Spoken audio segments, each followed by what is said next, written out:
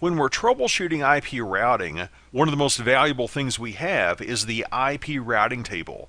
This is what the router is going to be using to make its packet forwarding decisions. In this topology, notice that router R3 has one interface participating in an OSPF area, and it has another interface that's participating in an EIGRP autonomous system. Let's go out to router R3 right now and take a look at some troubleshooting commands that we can use in the real world to help glean information from the IP routing table.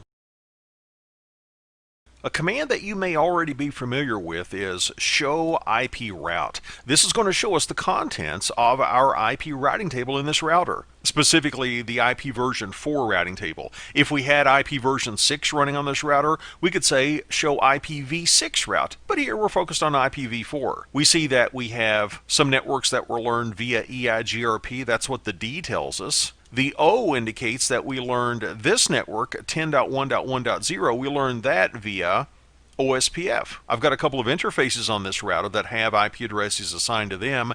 Those IP addresses show up with a 32-bit subnet mask. In other words, it represents a single host, not a subnet of hosts. And it shows up with an L, indicating that this is a local IP address. And one of the things we can see from the IP routing table is out of which interface do we exit this router? What is our egress interface, in other words, to get to one of these destination networks? For example, if I wanted to go to the 172.16.0.0/30 network, how would I get there? Well, my preferred path would be out of Fast Ethernet 0/1.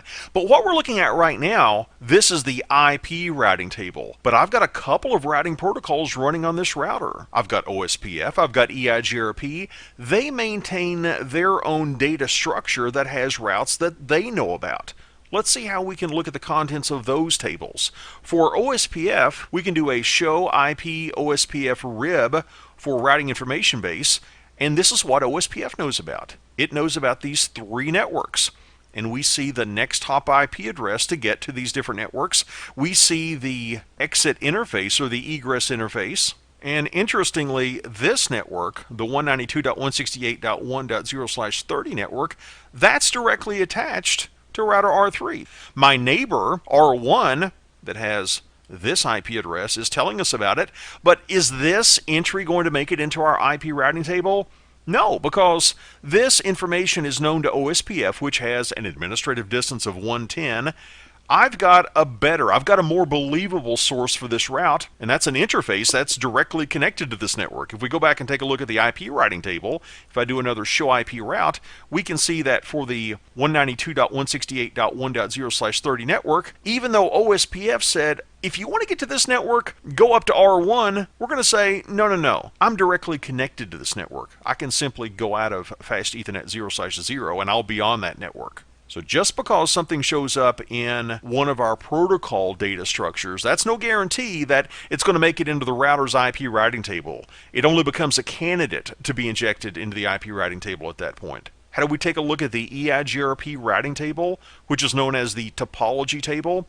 We can give this command. We can say show IP EIGRP topology. And we see that EIGRP knows about these 3 routes, but if we just say show IP EIGRP topology, we're taking a look at routes that are successor routes or feasible successor routes. More on that when we get into our discussion of EIGRP, but the bottom line is EIGRP may know about additional routes that are not successor or feasible successor routes. If we want to see absolutely everything that EIGRP knows about, we can say show IP EIGRP topology and follow that with all -links. Now in this case we don't have any additional links, but in some cases we might. This is going to show us the entire topology table. And we've taken a look at the router's IP routing table, but please remember that on modern day routers we're probably using Cisco Express forwarding. We're using Ceph to very quickly make a packet forwarding decision in the router's memory. Ceph is going to use a couple of its own data structures. It's going to use the FIB, the forwarding information base, and the adjacency table. The forwarding information base, which we can see by doing a show IP Ceph command, is going to show us how to get to different network prefixes. If I want to go to the 172.16.1.0/30 network, It says that this is my next hop address. This is my egress interface, which in our case is pointing us up to router R2. This information was inherited from our IP routing table. This fib is containing our layer 3 information, but we can get layer 2 information about our layer 2 adjacencies in the adjacency table. To look at that, which is one of the two Ceph tables, we can say show adjacency. Or if we want even more information, we can say show adjacency detail. And we get detailed information about our layer 2 neighbors, which in this case are routers R1 at this IP address and R2 at this IP address. In order to properly form a packet, though, going to one of these neighbors, not only do we say we're going to this destination IP address, we need to say that we're going to a destination MAC address. If it's an Ethernet network, in this case it's fast Ethernet, how do we get that MAC address? We ARP for it. We send out an address resolution protocol broadcast saying, hey, can somebody tell me the MAC address corresponding to this IP address? And the other side is going to respond and say, yep, that's me, and here's my MAC address. And that gets loaded into our Arp cache. And by the way, it's also encoded into this big string. We've got source and destination MAC address embedded here. But our router is going to maintain an Arp cache. I can do a show IP ARP. And this is going to show me for this IP address as an example, which is on R1, I would be sending to a destination MAC address of this. And I would be going out of this interface. And if we're troubleshooting IP routing, things seem to be slow. Maybe the issue is we're not using Ceph. In order to globally enable Ceph, we can do a IP Ceph command. And if we want to see if Ceph is enabled, we can take a look at it for an interface. We can do show IP interface and let's say fast Ethernet 0/0, and we can see here very clearly that Ceph switching is enabled. And if it's not, we might need to globally say IP space Ceph. So to sum up this video, we took a look at a few commands that would allow us to better understand how our router is making packet forwarding decisions. We took a look at the IP routing table. We took a look at the data structures containing routes known to OSPF and EIGRP. We talked about Cisco Express forwarding and how we could look at the fib, the adjacency table, how we could look at the Arp cache maintained by the router, and how we could determine whether or not an interface was running Ceph.